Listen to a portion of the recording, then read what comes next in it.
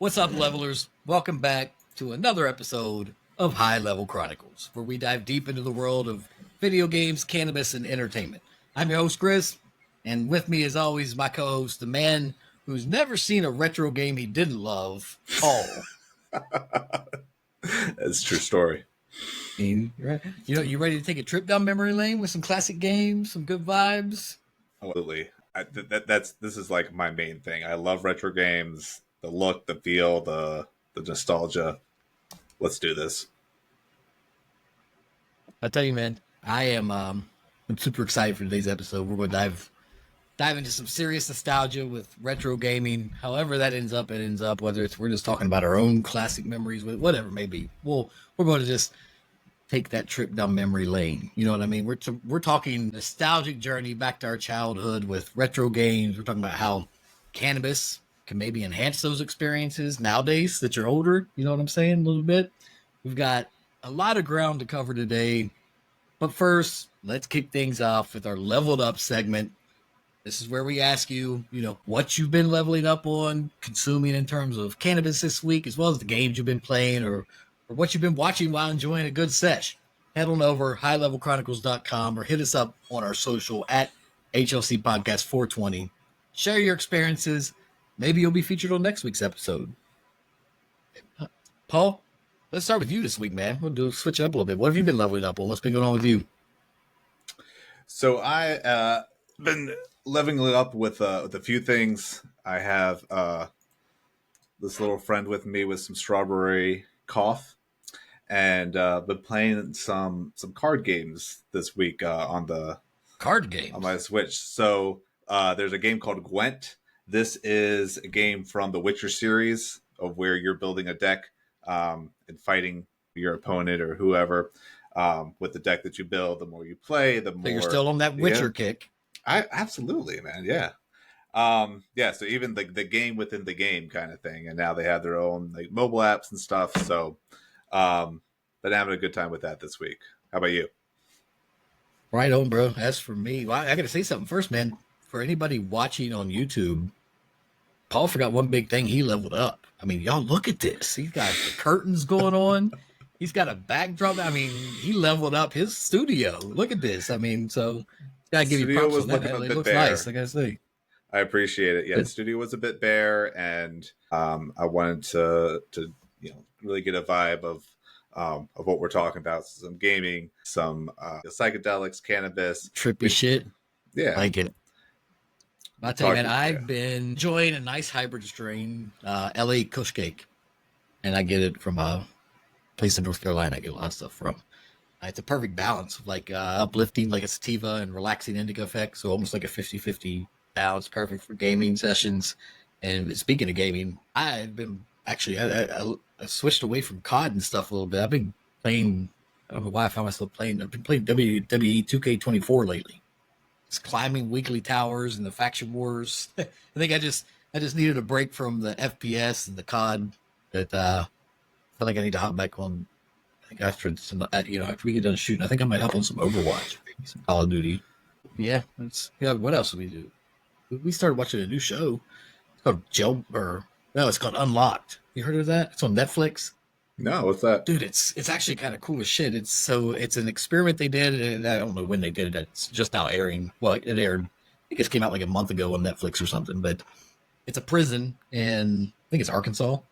And for the first time, they're going to just open up the cell doors, open up there, and just let them have their own community with no guards. They have to learn to be a community, a person helping others, not just for themselves, but learn how to, reacclimate to a community type of standard in person. So they open up the doors, or they give them all the instructions. The same jail rules apply, for certain things like removing clothing of whatever.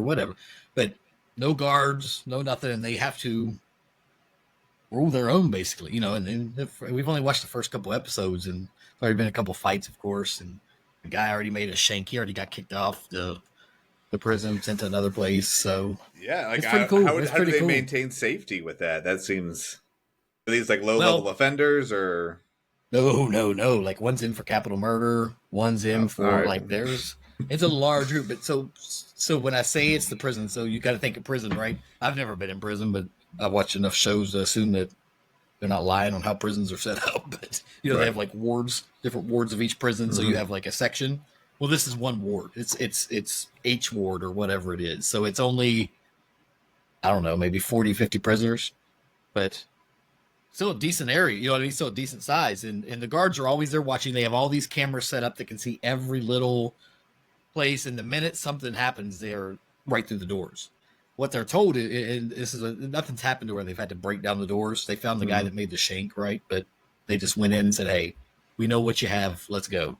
But what was I saying? Shit, they tell them, if you, these guys that are in this ward, that, like I said, it's a rough one. They're locked up 23-1 because they're in their cell 23 hours a day and they only get 1 hour out. That's how they've been. So for them to have these doors open, dude, is like a whole new world to them. You know what I mean? So they Yeah. tell them, look, if you break any of the rules, you all are locked back to 23-1. This will end and we will not go any further. But you show us you can do this, we'll leave all the doors open 24/7. You all can have this. You just play. And they, so far, I think we're on episode 3. Still going. They're rocking around. They're a couple weeks into it. And Well, it's cool not though. only It's is different. It's yeah a different take on that's a show. that's a really interesting concept, but also like when you think socially, something I read recently, something about if you're in prison, you have about a 50% recidivism chance That's or exactly rate, what the and sheriff was saying. yeah, and if you don't acclimate to a social setting or a residential area, wherever you are when you come out, that is you're kind of set up for failure if only Exactly. is That's is what a he is a said. locked door 23 hours a day. That's Yep. That's what he said. He said, what tools are we giving you by just shoving you behind the door for 23 hours, letting you come out to eat, shit, shower, shave, whatever, right? What kind of life are we giving them to just throw them right back on the streets, Mhm. whenever they're done? It's not doing anything positive for them. That's what he said. It was the, whatever that word is. He said that particular prison or whatever that he's over is like a 70% they get Yeah. back. So they're trying. He said, I have to do something different and try something different. If it fails, it fails. But we're gonna give it a shot. So I haven't looked up any. Like I said, it's already been out. People have already watched it, but I haven't read any spoilers. I'm not a spoiler person. I don't like to know what's going to happen. My wife does. She don't care.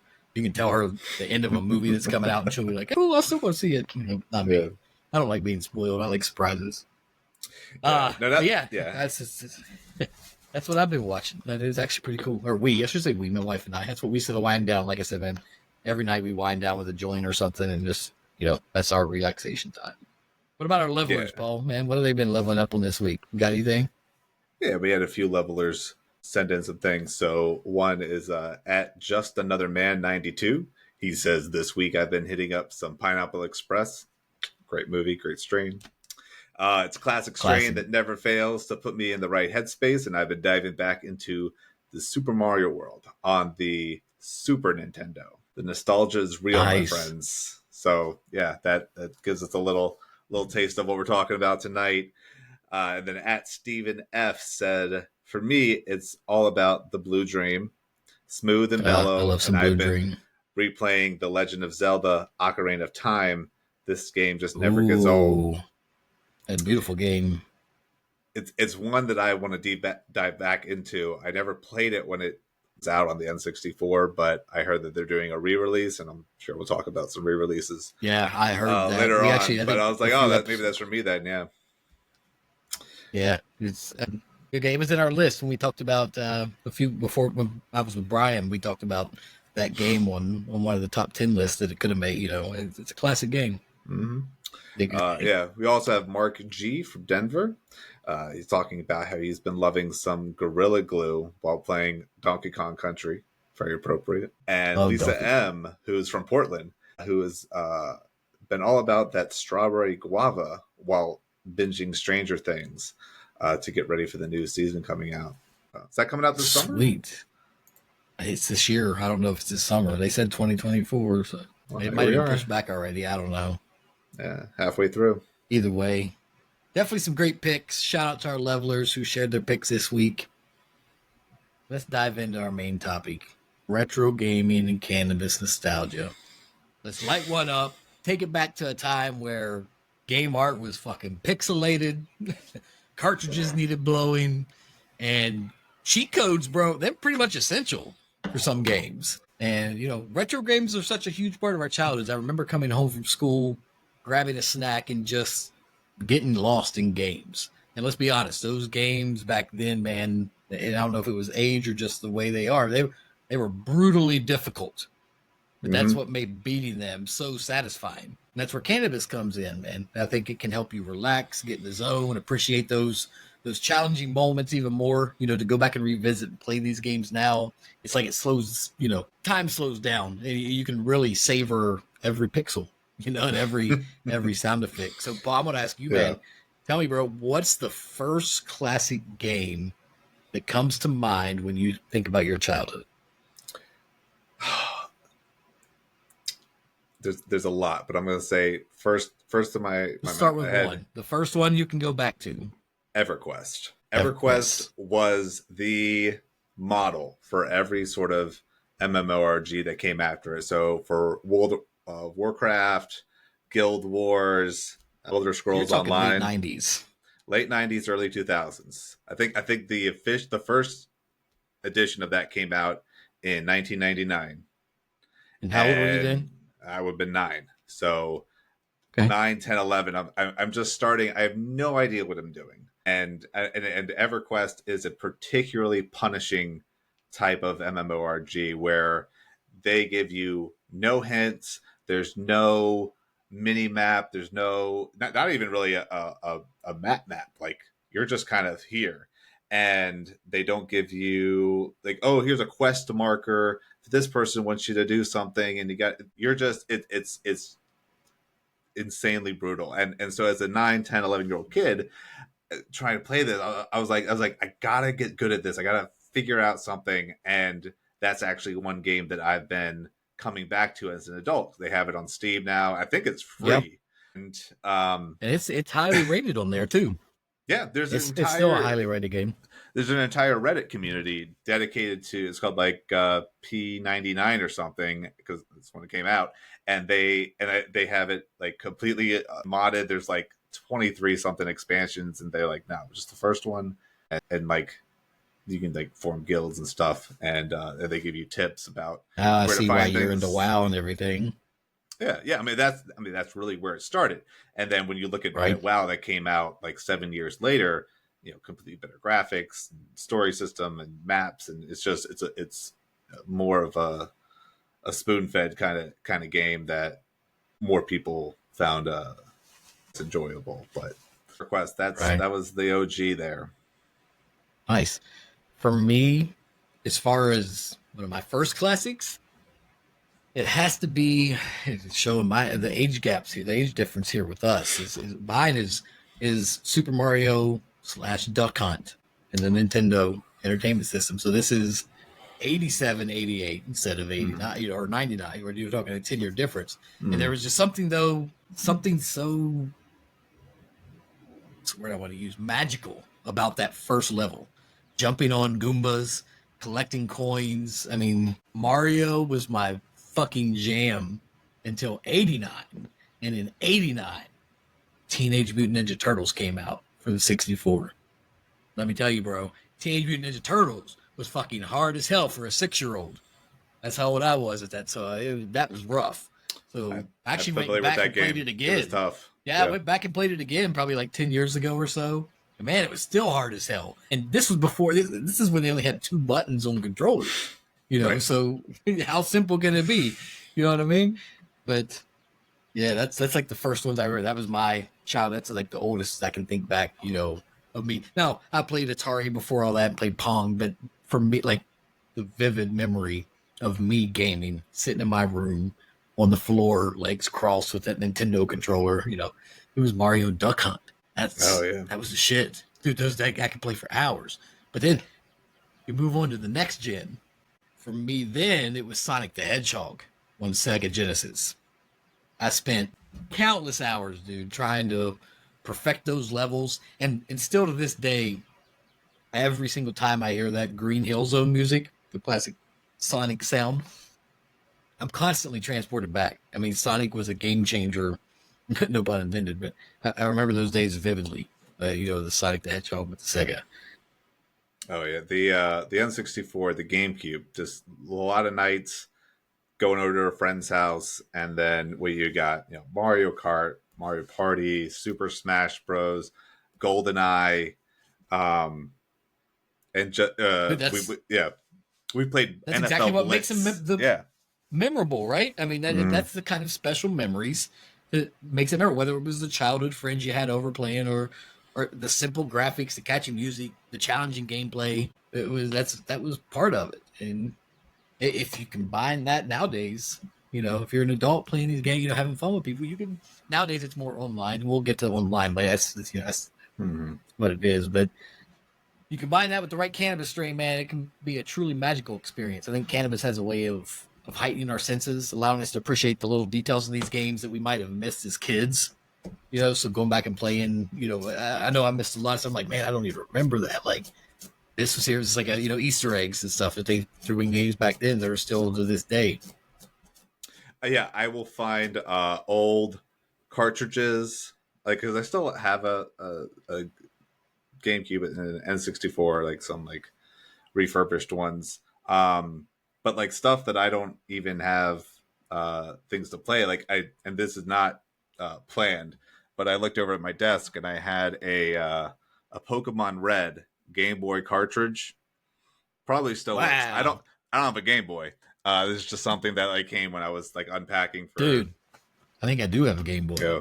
You have to bring it up. You have to bring it up. What to try it? I think I do have my Game Boy. I have a lot of '90s, a lot of the old stuff back here, man. I got the old classic Walkman. I got my old pager. I got Vanilla Ice on tape. A lot of old stuff. Nice. Yeah, it's very retro. But like that, what sort of the Pokemon that was '96. That's even gotta be before it. And my mom bought my dad a Game Boy, being like, oh, he could enjoy that, and my dad did not care whatsoever. But I got a hold of it. I was like, oh, this is nice. I can take this anywhere. And Right? that was all. That was like midnight 95, 96, and See, for me, it was Tetris on the Game Boy. yeah. That's Oh what yeah. I think that's the game it came with actually. Like that was Yeah, the maybe. that was that was one of the big Yeah, ones. because back then consoles and shit used to come with the game. At I least one know. game, even I if it know. sucked to get it. Nowadays you don't got that. That's some classic Mm-mm. nostalgia right there. When Yeah. games used to, or when systems came out, they came with a free game. Yeah. I think they I did think that yeah. all the way up until probably the PS3. I think that's when I don't remember anything. Yeah. I don't Yeah. think the GameCube came with one. I think N64 Oh, came did it with not? Mario Okay. 64. Yeah. Wait, So Dreamcast didn't come with it. He did it. No, Dreamcast didn't come. no. But that Either was way. yeah. I don't know. I thought that was a great policy, and but I guess games are so like you can just download them. I see that like a lot of like Game Stops and like gaming areas of like Walmart and Target, like they're all transitioning to just download it from whatever store. The PS4, 5, Switch has a store, Xbox has a store. It's just do a digital download, and you don't need the hard copy anymore. But I think there's something I don't know, I miss that the putting the thing in, but that's just me. Yeah. And with the games too, you can't. Let's not forget about the sense of accomplishment that comes with finally beating some of those tough boss levels or completing, like a particularly challenging level. It's like, nowadays modern games, they kind of hold your hand too much sometimes. Does that make sense? You know what I Mm-hmm. mean? Like they kind of lead you to everything. Back then, you didn't know. You got Zelda, and it's like you didn't have any. You get lost. You'd be lost for hours, and then try to figure out where you're going, what's going on. So, Yeah, and that. another one. Do you remember Mike Tyson's Punch Out? That's a key example. That game was Yeah, brutal, yeah. but that sense of accomplishment when you finally took down Iron Mike, bruh, unmatched. Mike Yeah. Tyson's Punch Out's legit. Yeah. I think I rented several times the Legend of Zelda Majora's Mask, and so that is the one where like you're trying to stop the moon from crashing into the city. And to this day, I have no idea what I did during that game. You had 3 days to do it, and the days were all I forget how many hours each day lasted, but you could only access certain parts of the map on certain days, and you had to I don't even know. I just knew you collected masks and it was good in some way, but I had no idea and to this day, that's one of the hardest games that I've played. What about Super Mario Brothers 3? Did you play that?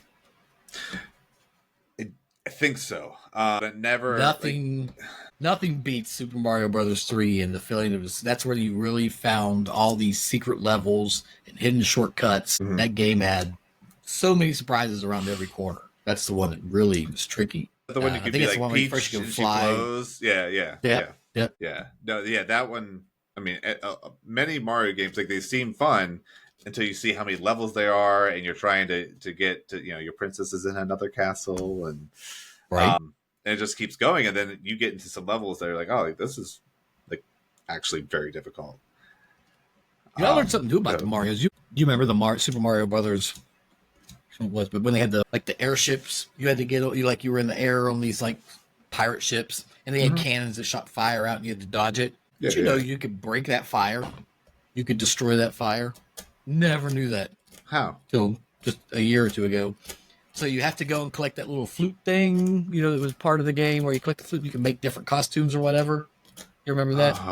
Like there was a little flute you played, and it turns you into like the flying raccoon-looking Mario. Or yeah. I remember the raccoon. You had to do the flute one, and there was a secret. I guess there was something you push. It turned you into like a stone type of person, and that's what you used to jump on the fire, and that was points and coins right there. Never knew that until just a couple years ago when I saw somebody share it on, I don't know, it was TikTok or something like that.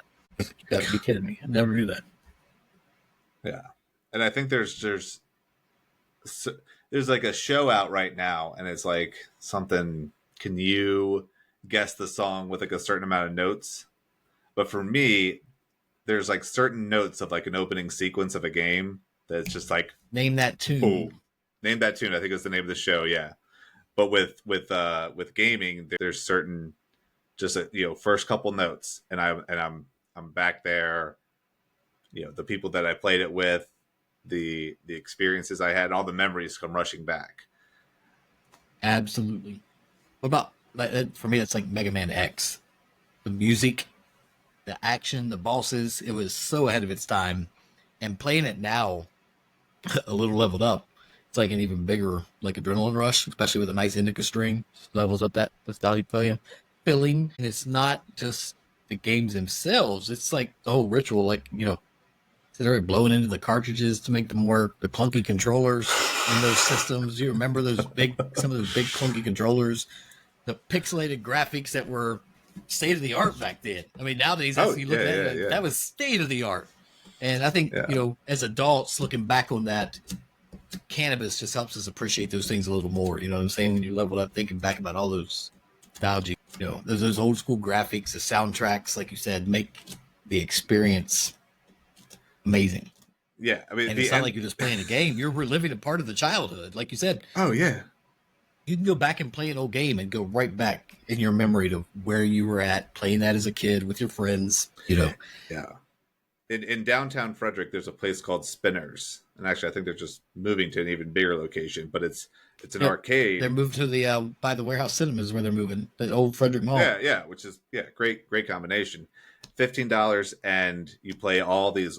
A lot of old school games. They have a Super Nintendo N64, and it was one of the first times that I like brought in a game that I had, and it goes, and everyone had their own. Like, I got a lot of friends that had N64s. They all were like, no, you're blowing it too hard. You got just very softly. You got to do it. No, you got to go. And you couldn't do it.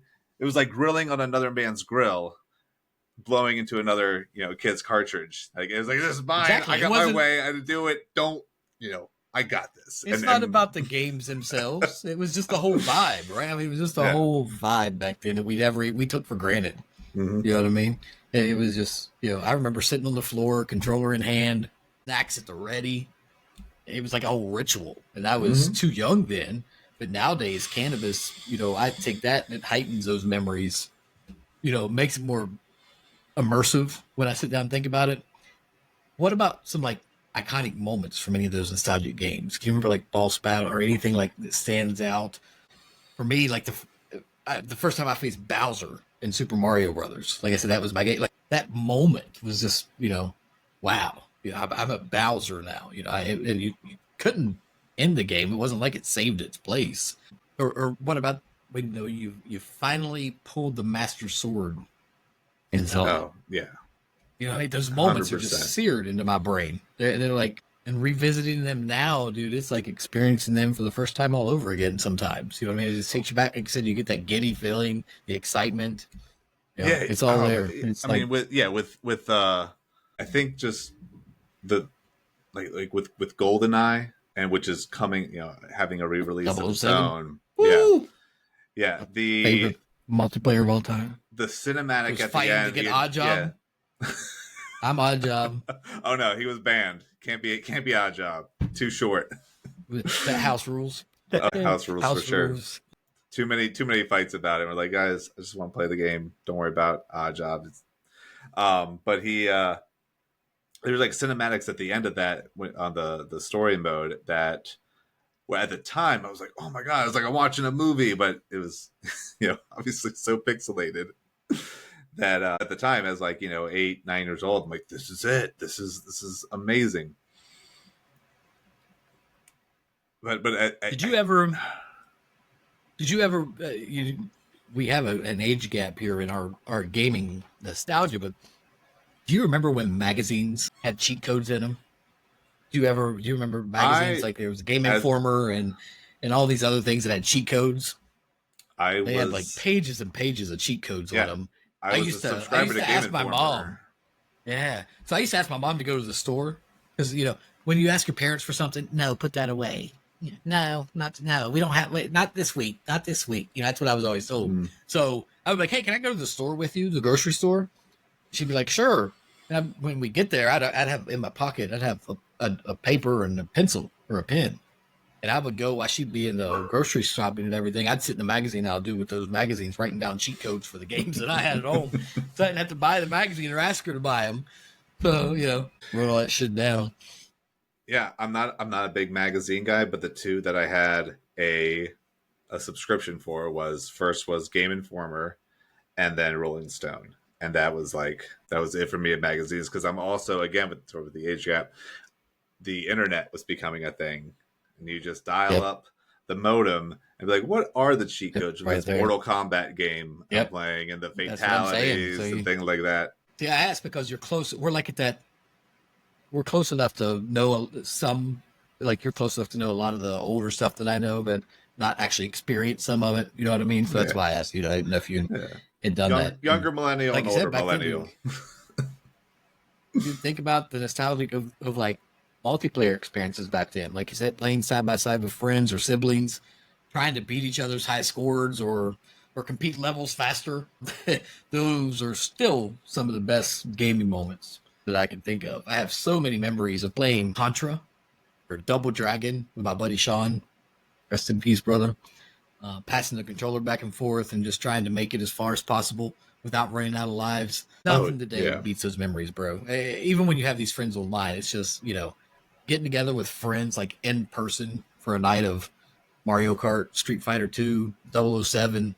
You know what I mean? That was the days. Yeah, that was. Yeah. I had a friend talk to me recently. He's like, you want to do like an old school LAN party?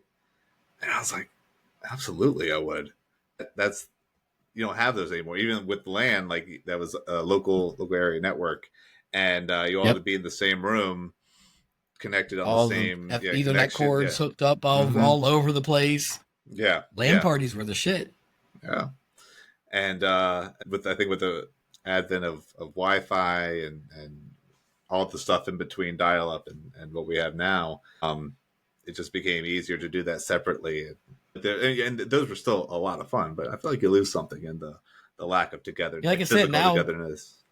Like you said, with that online gaming and modern technology, man, we can still get those multiplayer experiences, but there's just something special about the simplicity and the charm of the old school couch co-op sessions or the old school LAN parties. Everybody getting together and bringing their stuff. We used to all get together and bring our shit and hook them up and, do it on our own sometimes. But it was just about that social connection. You know what I mean? That friendly competition, shared laughs, stories.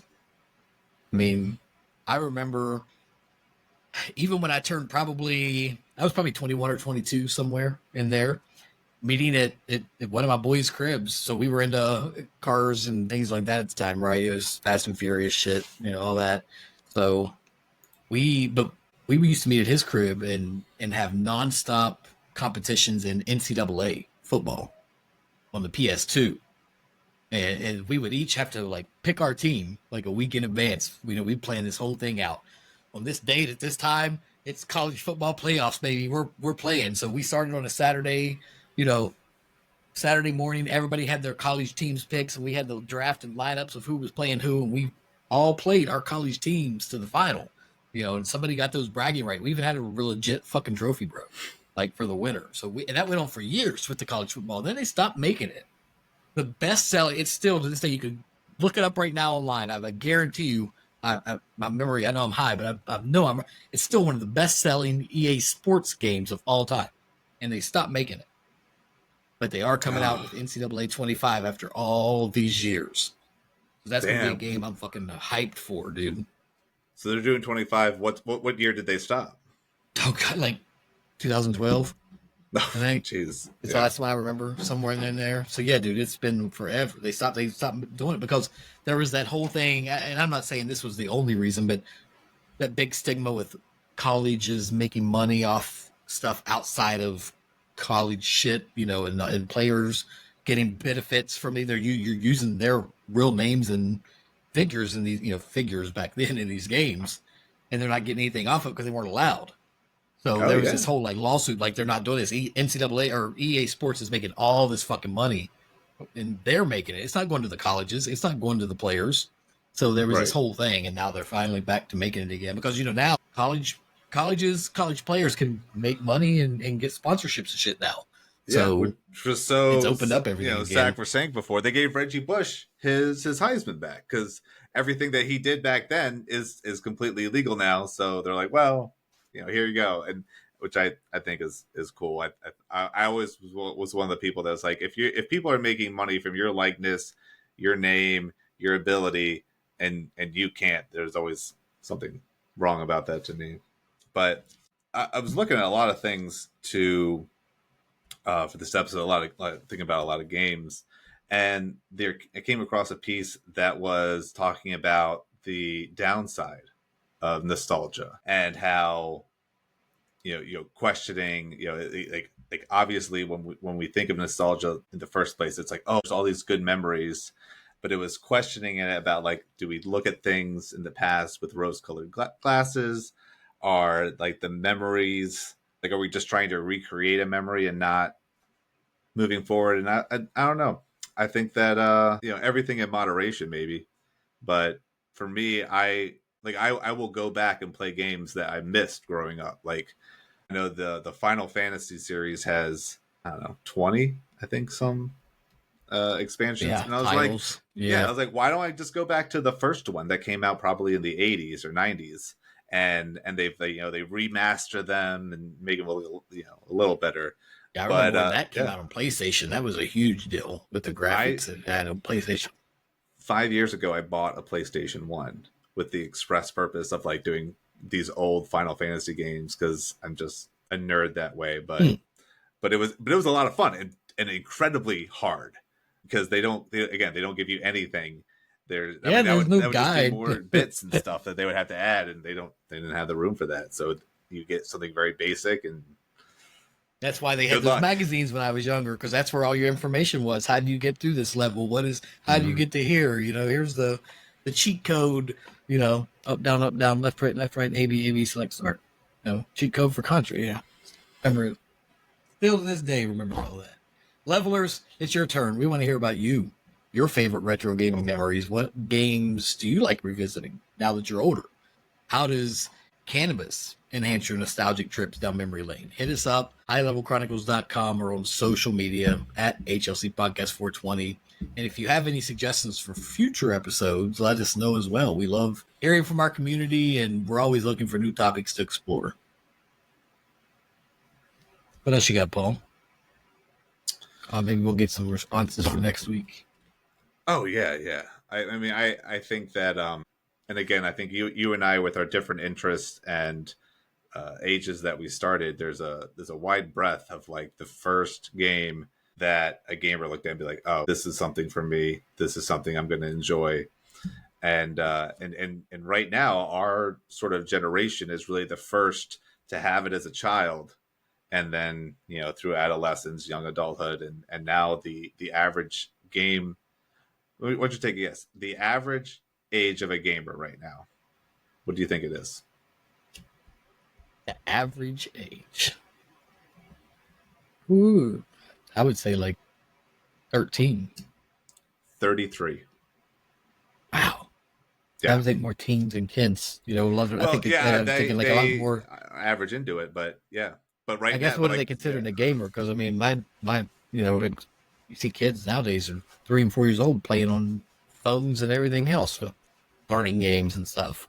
I guess yeah, So, maybe it depends on the specific criteria. But I think the point with that is that there's a lot of people our age and maybe even older who maybe didn't see absolutely. it as a child, but have gotten into it, in an older age.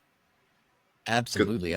I've talked to a few people that have, didn't play when they were younger because they were doing other stuff. Maybe it was, legal or not, but they've, now like, hey, I never played video games. Why don't I try that now? And they started playing video games and are, some of them playing new modern stuff, but some are playing this old classic nostalgic games. So there's no age discrimination in gaming, everybody. Not at all. Yeah. Just, yeah. And it's for everyone. There's hell, even that guy with that Neuralink chip in his head plays video games.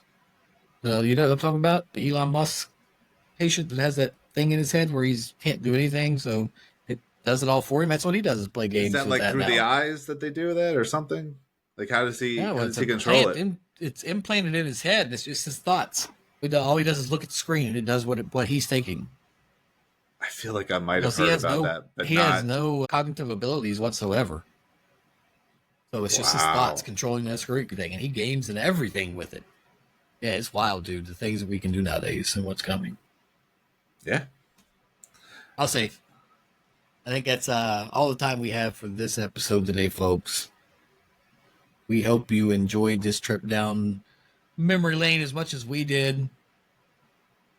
Remember, gaming, it can be filled with nostalgia, joy, plenty of high scores. It's a beautiful, beautiful thing to remember. And as always, keep these controllers charged, your stash stocked up. Thanks for tuning in. Stay leveled up. We are out.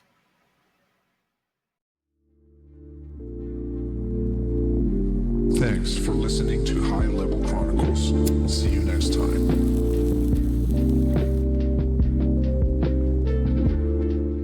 Thank you again for listening to High Level Chronicles. Please help us grow by leaving us a review wherever you listen to us at, whether it's Spotify, iTunes, Alexa. Your reviews will help our show grow and help us reach a broader audience. Also, we are always looking for new show sponsors, so please reach out if you're interested. You can hit us on our social media or email us info@highlevelchronicles.com. Thanks again for listening.